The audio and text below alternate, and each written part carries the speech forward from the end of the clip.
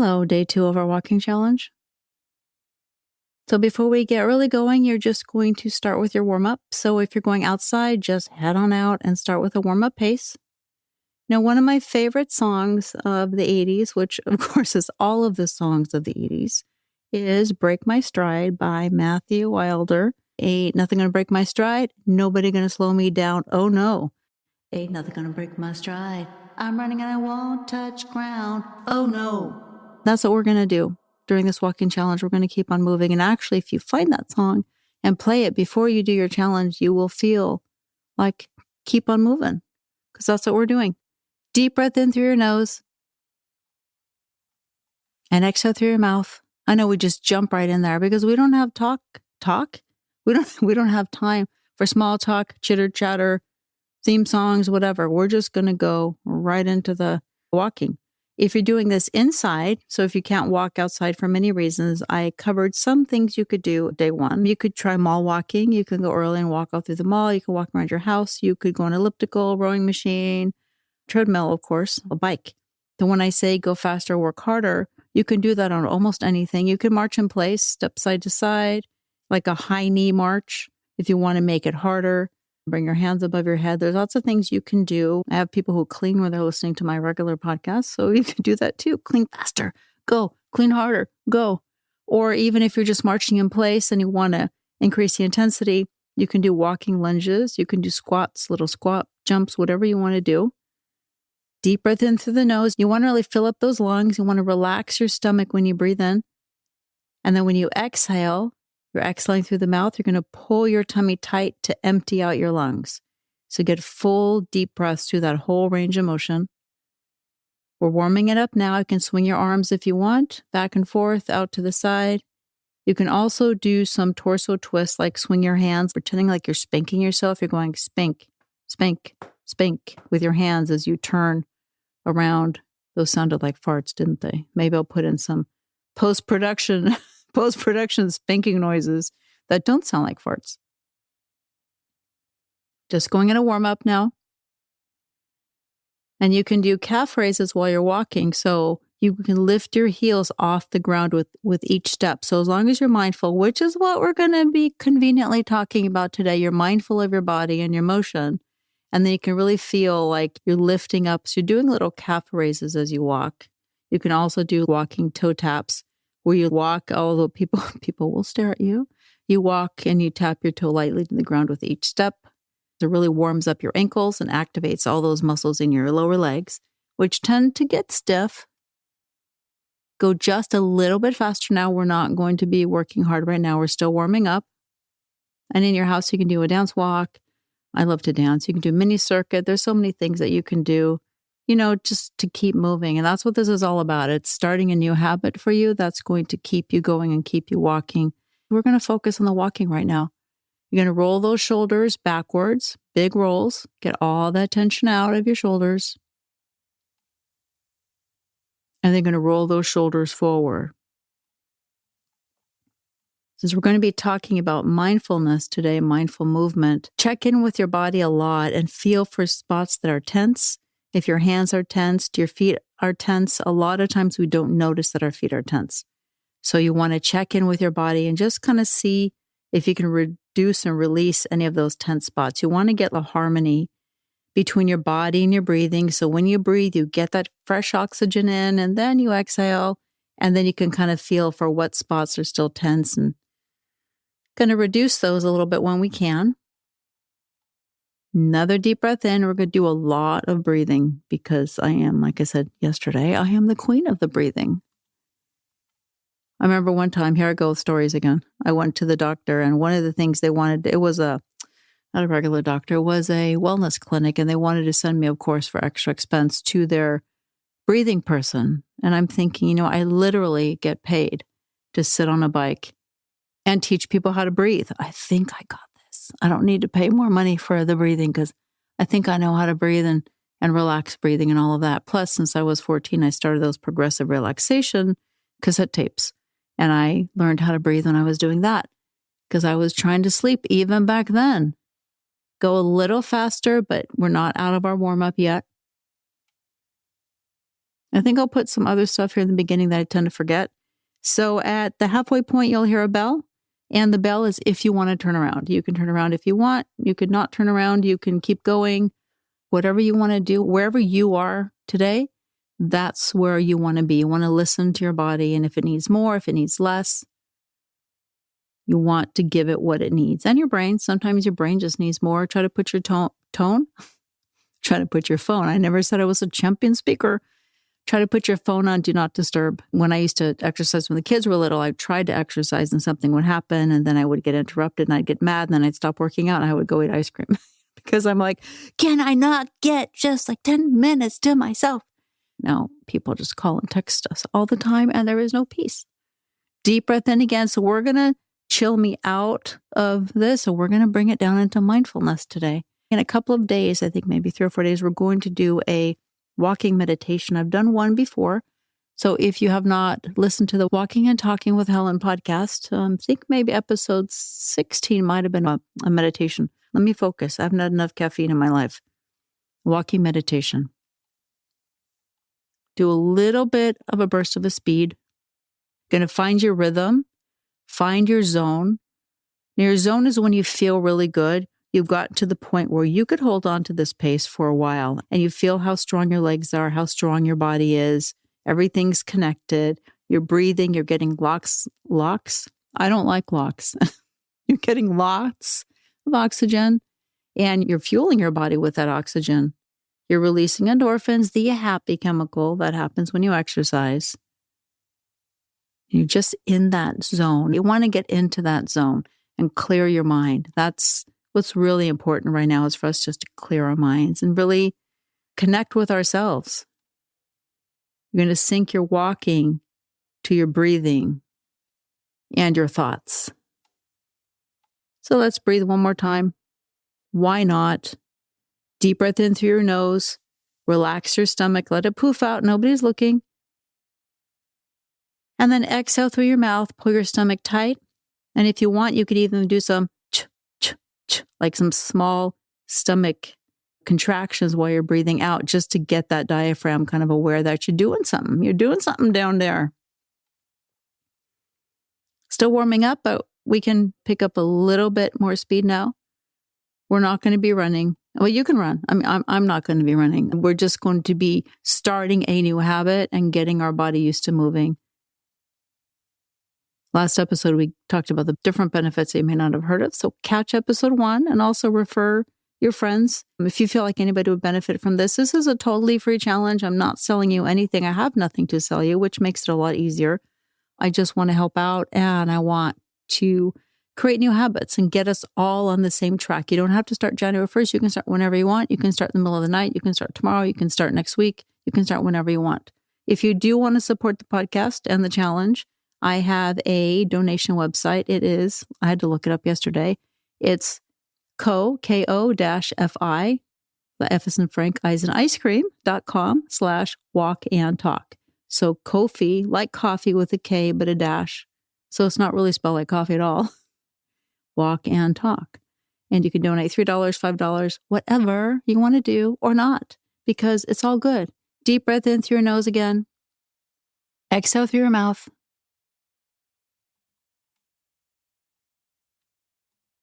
Some of you may be like me in that we are not real good about being in the present. We're going to find practical ways, real life ways that we can be more mindful, and not just with walking, but with other things, and we can be more in the present. And one thing, so when I remind you to bring your shoulders down, I remind you to breathe, that's also mindfulness, because eventually this will become a habit. Sometimes when you're stressed, or let's just say you're walking fast, you're going up a hill, your shoulders are going to want to naturally come up by your ears. But that keeps you in a state of stress. So you're going to bring those shoulders down away from your ears. And that's part of the mindful walking is we're going to focus on different areas. I'm going to remind you. And so that we can be as relaxed as possible while we're working. Go a little faster, a little bit of a burst. When I taught spin, everybody would work really hard, but feel good about it. They will work hard, come out feeling relaxed and happy. They weren't working hard and were angry. I always reminded them to connect with their body, to relax, to get into the music. I wasn't the focus. The music was the focus. Their bodies connecting to the music was the focus. And they just felt so good afterwards. Their minds were free and their minds were clear. And that's what we're going to work on here, both doing it during the challenge and then doing it in our daily lives when we keep moving. To be more present is to be aware of our breathing.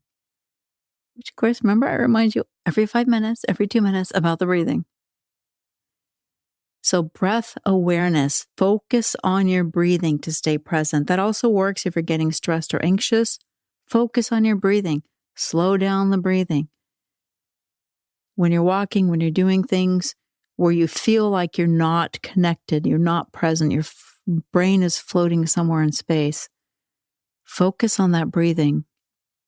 Then engage your senses. Engage your senses with each step.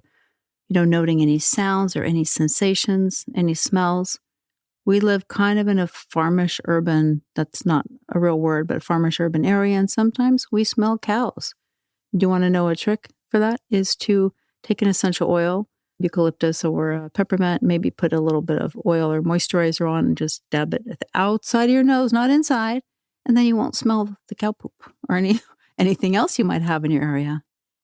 But you're going to focus with every step on engaging those senses. So you're breathing, then engaging the senses, and then repeat a calming phrase with each step so that you can get yourself in that zone.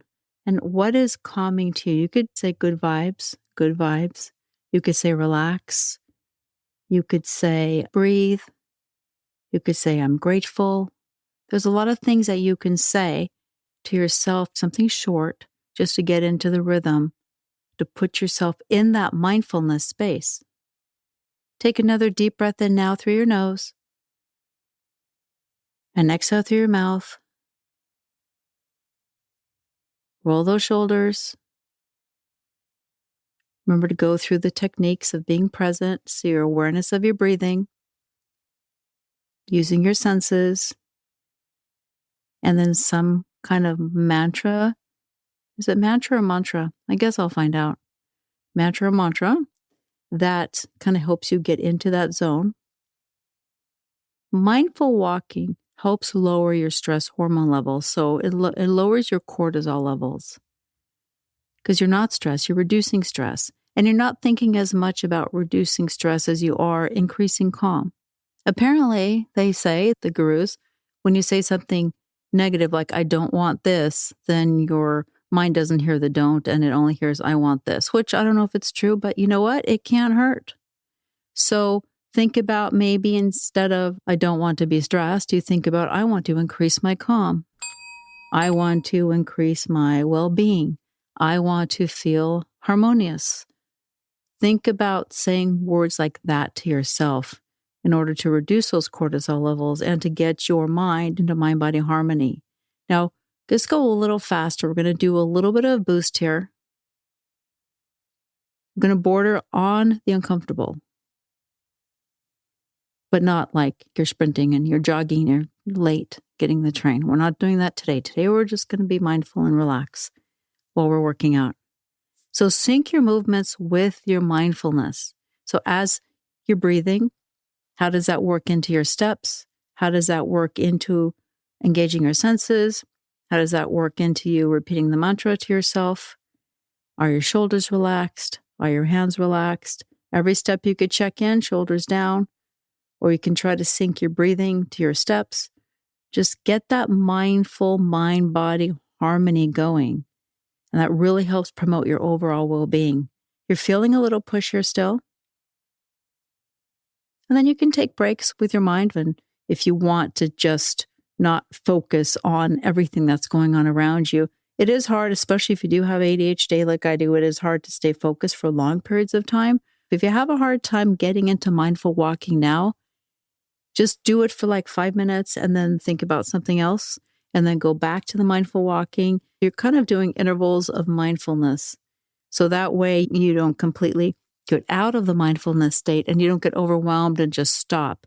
So it's okay if your mind wanders. Maybe that's the time for you to not be mindful, and then you're going to go back to the mindfulness again. Meditation while you're moving is really amazing.